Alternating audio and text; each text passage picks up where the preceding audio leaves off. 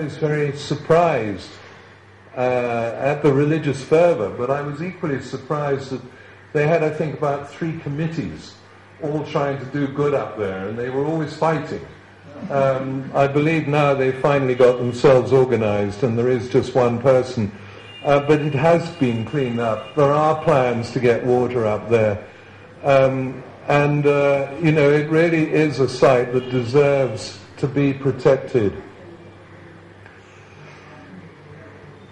This, you see now, we've taken down the buttresses and consolidated this area. I remember they were going to build a nasty concrete structure here, but we managed to persuade them to stop that. It's, it is a wonderful area, and one of the reasons I wanted to show you this picture was to look at the paddy fields that have now all disappeared. And as for the end, we did actually make some recommendations as to how, the area, they have this Cora which runs around, which was built, I believe, without any permissions. And then these extraordinary images. I think the Buddha there looks very sad. And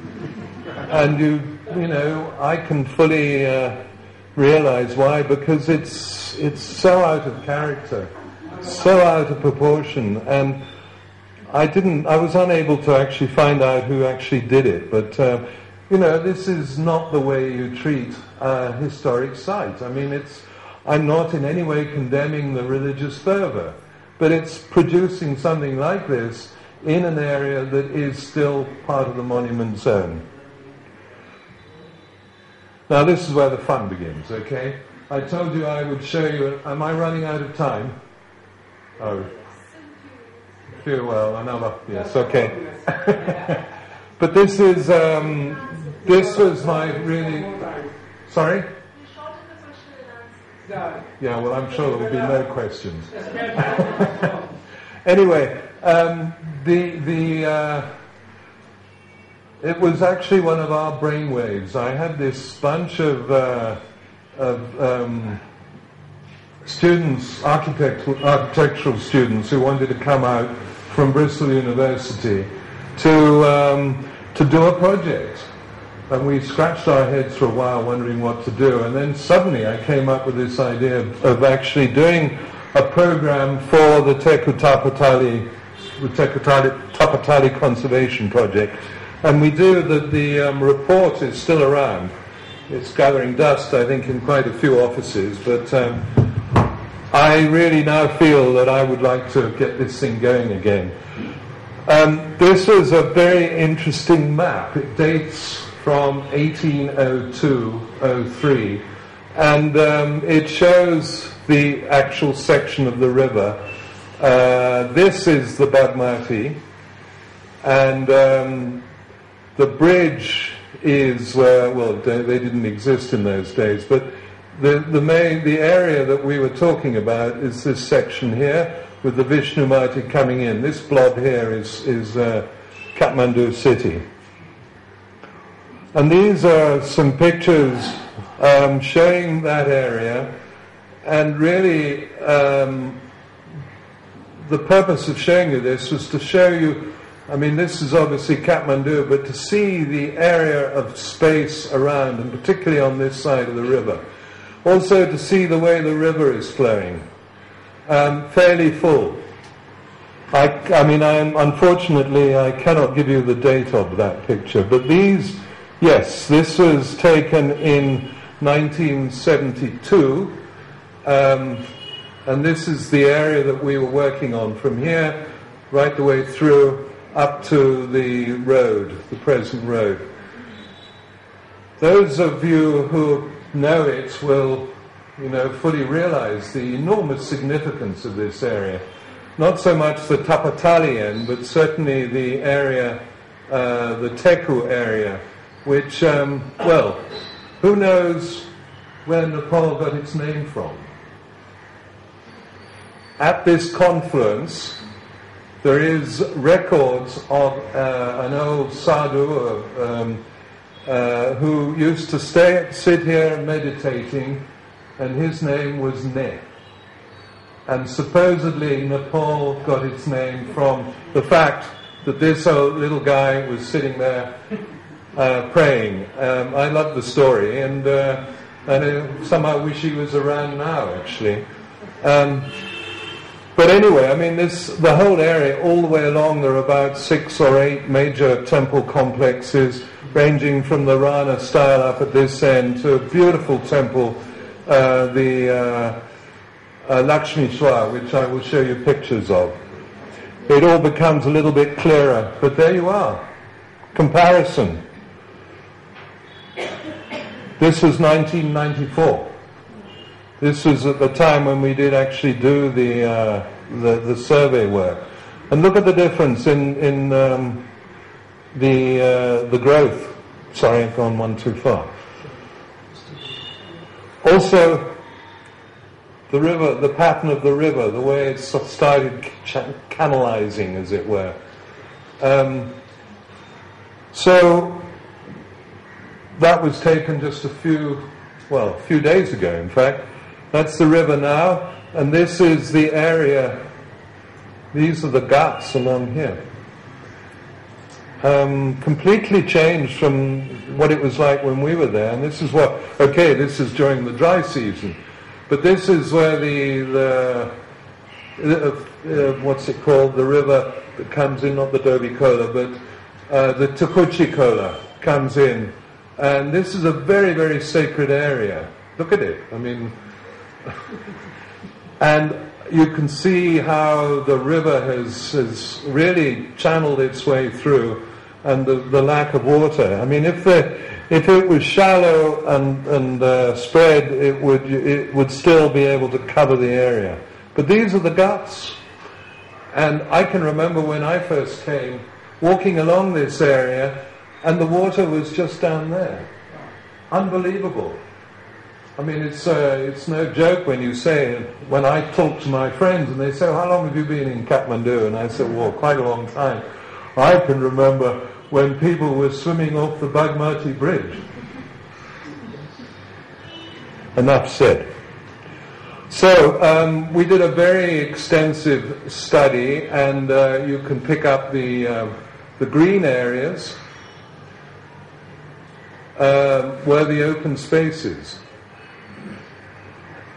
Obviously along the road, I mean, there are high buildings all the way along there, but there are still various links that come down into the open spaces, and there's a new bridge, the old Teku suspension bridge is still there, but the area on this side is completely laid to waste now. I mean, most of the rubbish collection takes place here.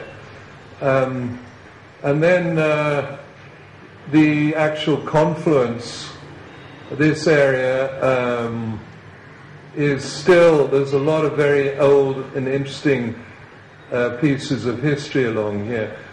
And why doesn't the government do something about this? I mean, I know there have been champions of the Bagmati, Save the Bagmati.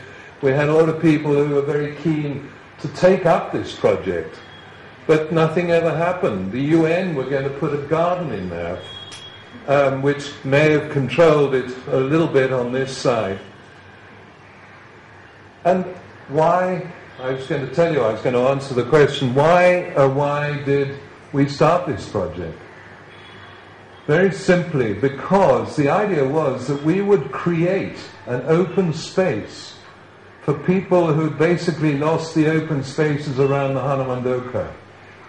And the idea was that they could come down here, and if you think of some of the great rivers in Europe, the riverside areas are some of the nicest areas now. They've cleaned up their rivers, and it's an open area where people can walk and play, and I mean, even in Phnom Penh, where I spend quite a lot of time now, the river, when I first went there in 1989, was just a slum area.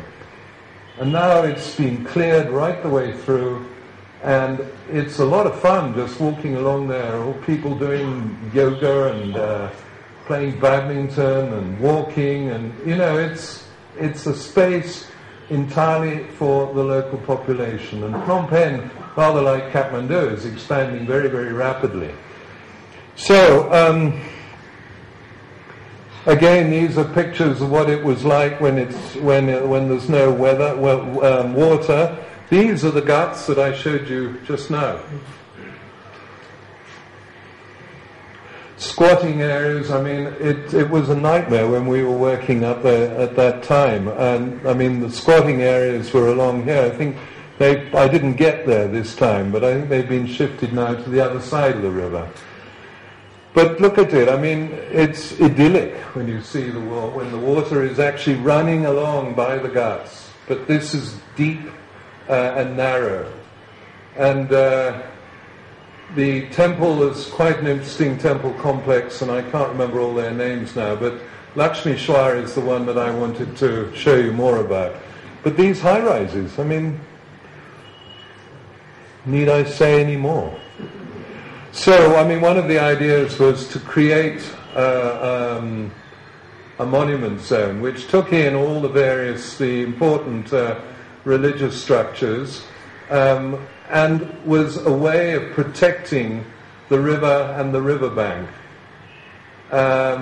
Very simple, very nice idea. We've got budgets and everything that we prepare, or they prepared, and nothing has happened. So just very quickly, because I know I'm running out of time, the Lakshmishwar is a beautiful, beautiful complex.